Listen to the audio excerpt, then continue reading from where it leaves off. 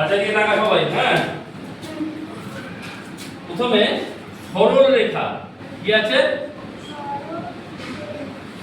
সরল রেখা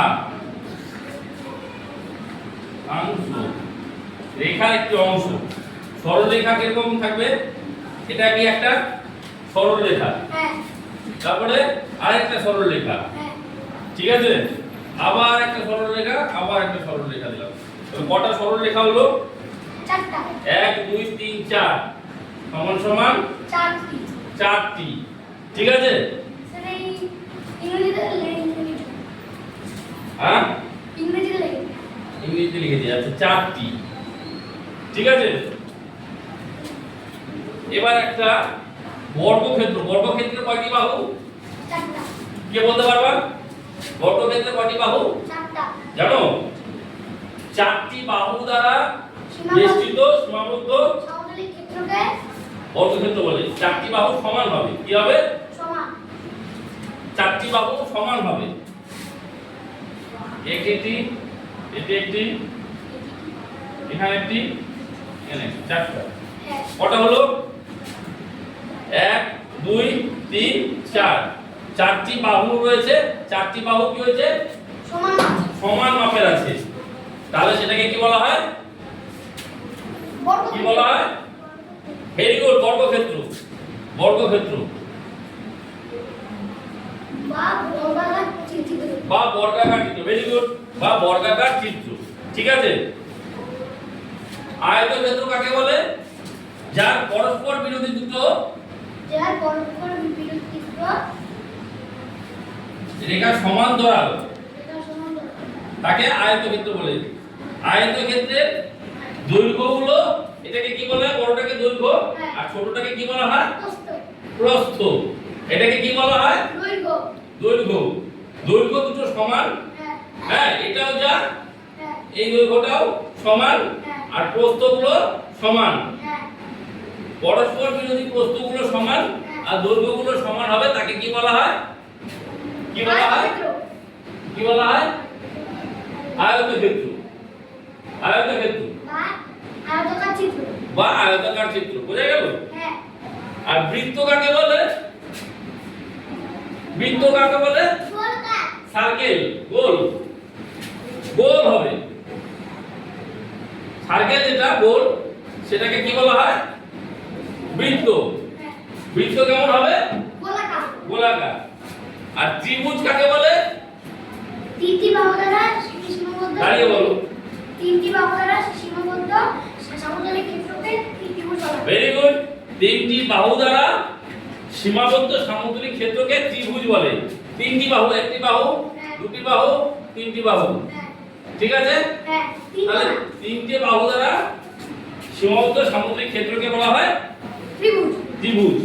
এটা কি? ত্রিভুজ। ত্রিভুজ। বুঝা গেল? ত্রিভুজ চিত্র।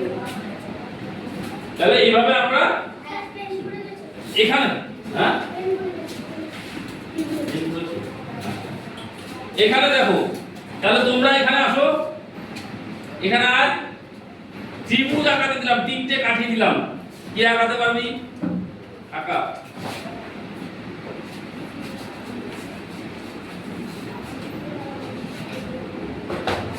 দেখ সবাই, আয়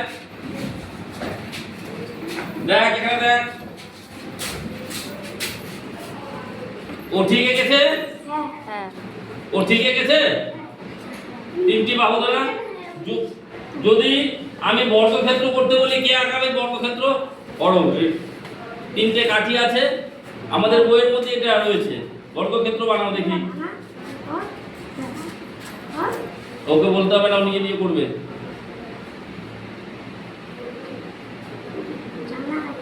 জোড়া লাগবে। হ্যাঁ, ভেরি গুড। তাহলে বর্গক্ষেত্রের 4টি বাহু পরস্পর বিরোধী হয়েছে। দেখো সবাই, বর্গক্ষেত্রটা হয়েছে। হ্যাঁ, আমরা ছবিটার দিকে সবাই তাকাবো। বর্গক্ষেত্র হয়েছে, ঠিক। সবাই ছবির দিকে তাকাবে। এবারে যদি বলি একজনকে আয়তক্ষেত্র বানাতে, তাহলে আয়তক্ষেত্রে কয়টা লাগবে? আরো 4টা। না, আয়তক্ষেত্রে করো এবার আয়তক্ষেত্র দিয়ে দিয়েছি। আয়তক্ষেত্র বানাও। দৈর্ঘ্যগুলো সমান হবে, প্রস্থগুলো সমান হবে। এখানে সব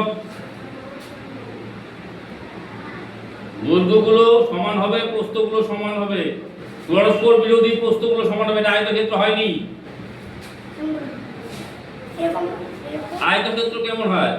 দৈর্ঘ্যগুলো বড় হবে, প্রস্থগুলো ছোট হবে। Very good. যে হচ্ছে আঁকাচ্ছে সে ভালো করতেছে। Very good. সমান করে করবা। তোমাকে আর করতে হবে না, ও করছে। ওকে দাও করতে, ঠিক করে করো। ব্যাগটা করবি না বড়, সোজা করে কর। নাও ঠিক আছে, করছে। করতে দাও ওকে। হ্যাঁ ভেরি গুড। কি নাম তোমার বাবা? হ্যাঁ, গৌরব। Very good. গৌরব খুব সুন্দর করে করেছে। দেখো আয়তক্ষেত্র বুঝেছে, যার দৈর্ঘ্যগুলোর বড় হবে, প্রস্থ অপেক্ষা বৃহত্তর হবে এবং সেগুলো পরস্পর বিরোধী সমান হবে। হ্যাঁ আর প্রস্থগুলো পরস্পর বিরোধী সমান হবে, তাকে বলা হয় আয়তক্ষেত্র। Very good. আমরা হাতে কলমে কাঠির মাধ্যমেও সেগুলো শিখলাম। Very good. ঠিক আছে, যাও।